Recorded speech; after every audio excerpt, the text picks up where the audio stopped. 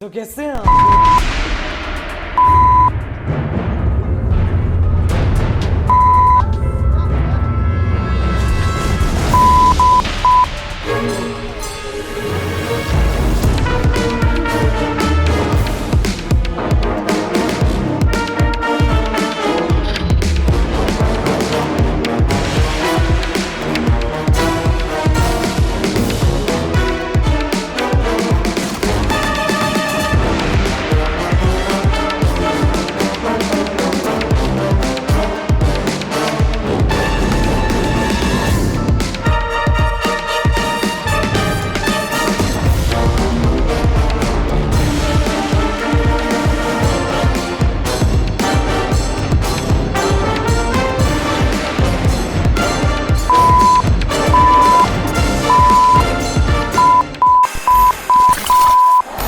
Internet का बढ़ता प्रचार प्रसार और सोशल मीडिया की लोकप्रियता ने आज करोड़ों लोगों को इस पर एक्टिव कर दिया है।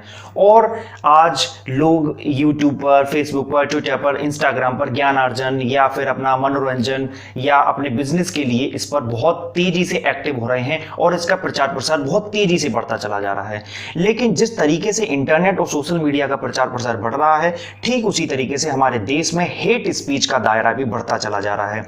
जिस तरीके से इंटरनेट पर यूट्यूबर्स, बहुत बड़े बड़े यूट्यूबर्स जिन्हें हमने एक इतना प्रेम दे रखा है कि वो लोग आज हमें जिस तरीके से एक एब्यूजिव लैंग्वेज का प्रयोग करके हमें परोसते हैं, अपना जो भी कंटेंट होता है एक गलत भाषा का प्रयोग करके हमें एक बहुत गंदा कंटेंट प्रस्तुत करते हैं, हम उसको बहुत आसानी से और बहुत लजीज व्यंजन के तौर पर उसको स्वीकार करते हैं। लेकिन क्या आपने कभी यह ध्यान दिया है, जब हमारे घर के छोटे छोटे बच्चे अगर इस इंटरनेट पर, कभी यूट्यूब पर, गूगल पर अगर किसी वीडियो को सर्च करते हैं, वो अगर कभी ग्लोब पढ़ना चाहते हैं, वो कभी न्यूटन की थ्योरी को पढ़ना चाहते हैं, इसी बीच कभी कोई यूट्यूब चैनल जो एब्यूजिव लैंग्वेज के लिए काफी प्रसिद्ध है और जो एडल्ट्स के बीच में बहुत ज्यादा खूबियां या अपनी मशहूरता के लिए लोकप्रिय है, वो अगर हमारा छोटा जो घर का बच्चा या हमारे घर की महिलाएं उसको देखेंगी तो उनके ऊपर कितना विपरीत प्रभाव पड़ेगा।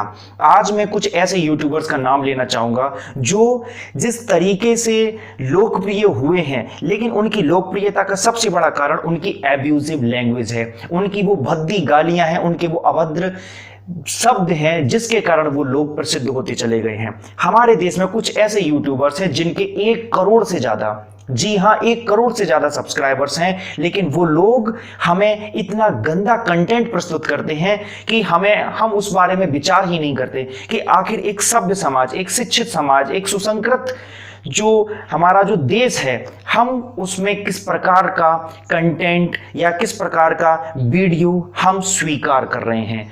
जिस तरीके से भुवन बम, जिसका यूट्यूब चैनल है बीबी की बाइंस, दूसरा कैरी मिनाटी, आशीष चंचलानी जैसे बहुत सारे जो यूट्यूबर्स हैं जिनको हमने इतना फेमस, इतनी बड़ी सेलिब्रिटी के तौर पर ग्रहण कर रखा है, उनको स्वीकार कर रखा है, लेकिन वो लोग हमारे सामने माँ की, बहन की और इस तरीके की गालियां देते हैं और हम उसको बहुत ही हंसी मजाक के रूप में ले जाते हैं। क्या हम ये नहीं सोचते कि जिस व्यक्ति को या जिस माँ को या जिस बहन को या कि जिस नारी को वो लोग गाली दे रहे हैं, क्या वो हमारी बहन नहीं है, क्या वो हमारी माँ नहीं है?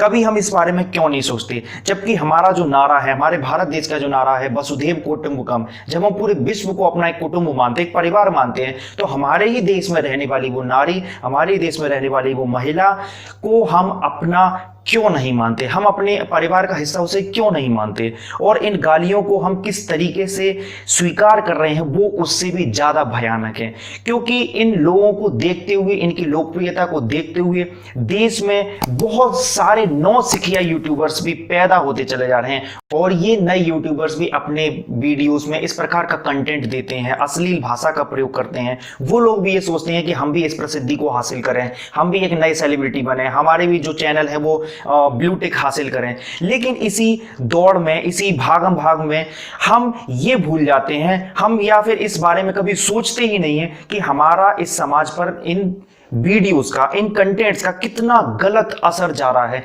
जब हमारे देश का बच्चा, वो छोटा बच्चा जब इन वीडियोस को देखता है, उसके मनोस्थिति पर किस प्रकार का विपरीत प्रभाव पड़ता है।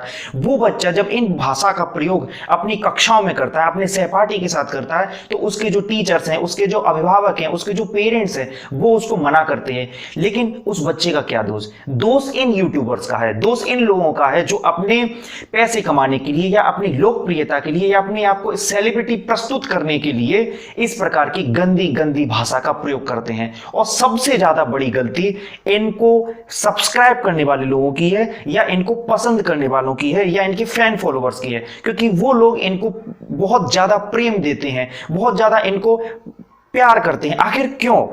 क्या ये हमारे देश को कुछ अच्छा दे रहे हैं? क्या हमारे देश में ये ज्ञानार्जन कर रहे हैं? क्या हमारे देश में ये ज्ञान दे रहे हैं? क्या ये हमारे देश में शिक्षा को बढ़ा रहे हैं? क्या ये हमें बहुत अच्छी अच्छी चीजें दे रही हैं? जी नहीं, ये हमें देश को कुछ नहीं दे रहे हैं, देशवासियों को कुछ नहीं दे रहे, सिर्फ और सिर्फ गाली के अलावा। ये सीधे तौर पे देश के समाज को गाली दे रहे हैं, क्योंकि ये लोग हमारे ही बीच में रहकर, हम लोगों के साथ ही मिलकर एक गलत प्रकार का व्यवहार प्रस्तुत कर रहे हैं। क्योंकि हमारे देश में हम कहते हैं कि हमारा देश विश्व गुरु बनेगा, हमारा देश जो है बहुत सभ्य समाज है, हमारी जो संस्कृति है बहुत सबसे अच्छी है, पूरे विश्व में ऐसी संस्कृति कहीं नहीं है। तो क्या हमारी संस्कृति में, हमारे समाज में, हमारी शिक्षा में इन गालियों को कोई तरजीह दी जा सकती है? क्या इनका कोई स्थान है? इस बारे में हमें सोचना होगा। लेकिन कुछ इनके भी फैन फॉलोअर्स होंगे, वो जरूर ये कहेंगे कि ये तो फ्रीडम ऑफ स्पीच है, फ्रीडम ऑफ एक्सप्रेशन है, अभिव्यक्ति की स्वतंत्रता है। लेकिन आपको ये चीज भी सोचना चाहिए कि क्या अभिव्यक्ति की स्वतंत्रता इस बात के अनुकूल है? क्या इस बात का समर्थन करती है कि आप गाली बकें, आप शब्द बोलें, इस प्रकार का वीडियो सार्वजनिक रूप पे आप उसको प्रस्तुत करें? तो इस बारे में आपको सोचना चाहिए कि हम अपने फंडामेंटल राइट्स को तो बहुत अच्छे से याद करके रखते हैं, लेकिन हम अपनी फंडामेंटल ड्यूटीज को भूल जाते हैं। तो इस बारे में विचार करें और सोचें कि हम इस प्रकार का जो व्यवहार, हमारा जो रवैया अपने समाज के प्रति निगेटिव होता चला जा रहा है, वो किसी ना किसी दिन हमारे लिए ही घातक साबित होगा। और मैं इस वीडियो को बनाने के पीछे मेरा सिर्फ और सिर्फ एक ही उद्देश्य है कि मैं इन लोगों का विरोध करूं। विरोध करने का अर्थ मेरा ये है कि ये लोग जिस प्रकार का कंटेंट गलत दे रहे हैं, क्योंकि इनकी भाषा का प्रयोग आज ट्विटर पर, फेसबुक पर, इंस्टाग्राम पर जो भी बहनें हैं, जो भी माँ है, जो भी नारी है, वो अगर किसी प्रकार की पोस्ट डालती है तो उस पर भद्दी भद्दी गालियां देना, किसी भी विरोधी पार्टी के जो लोग हैं उनको इस प्रकार की गाली देना, उनको शॉर्ट फॉर्म में गाली देना, ये क्या है? क्या ये हमारी सभ्य समाज की एक झलक है? क्या ये हमारी पहचान है? हम कैसे कह सकते हैं कि ये जो यूट्यूबर्स हैं, ये जो लोग हैं, वो पढ़े लिखे हैं? क्योंकि शिक्षा की परिभाषा को हमें समझना होगा। हमारी शिक्षा ये परिभाषा देती है, शिक्षा की परिभाषा ये है कि शिक्षित व्यक्ति सभ्य, सुशील और संस्कारी होता है, वो समाज को एक अच्छी दिशा प्रदान करने वाला व्यक्ति बनता है। तो आप खुद सोचिए, क्या ये लोग हमारे देश के समाज को एक अच्छी दिशा दे रहे हैं या हमारे देश के समाज को गाली दे रहे हैं? इन गालीबाजों से आप दूर रहिए और इस वीडियो को लाइक कीजिए, कमेंट कीजिए और सब्सक्राइब कीजिए, क्योंकि मैं ये चाहता हूं कि जिस प्रकार का मैं एक मुहिम या एक कैंपेन एक नया शुरू करने वाला हूं, हो सकता है इससे पहले किसी भी YouTube चैनल ने इस प्रकार पर ध्यान नहीं दिया हो, इस प्रकार का कोई भी वीडियो नहीं बनाया हो, इन लोगों का विरोध नहीं किया हो। लेकिन मैं ये चाहता हूं कि आप लोग इस वीडियो को ज्यादा से ज्यादा शेयर करें और इन लोगों को बताएं कि हमारा जो समाज है वो इतना भी अंधा नहीं है कि आपकी इन भाषा को समर्थन करेगा, आपकी इस भाषा का प्रयोग अपनी निजी जिंदगी में करेगा या सार्वजनिक जीवन में करेगा। मैं चाहता हूं कि आप अपनी अपनी फेसबुक आईडी से, अपने जितने भी पेजेस हैं, आपकी इंस्टाग्राम आईडी, ट्विटर आईडी, जितने भी आप प्लेटफॉर्म पर ऐप्स पर काम करते हैं, आईडी है, उन सभी पर आई हेट गालीबाज ये एक पूरा टैग है, इसको पोस्ट कीजिए और पूरे देश को बताइए कि हाँ, हम इन गालीबाजों को विरोध करते हैं, क्योंकि ये जिस प्रकार का कंटेंट हमें दे रहे हैं उससे हमारे देश का ना ही भला हो रहा है, ना हमारा समाज कुछ सीख रहा है, और तो और हमारे देश में एक गलत संस्कृति बढ़ती ही चली जा रही है। तो नमस्कार, मैं था आपके साथ पीयूष वर्मा, द वर्डिक्ट से, करेज टू स्पीक, बोलने का साहस। नमस्कार।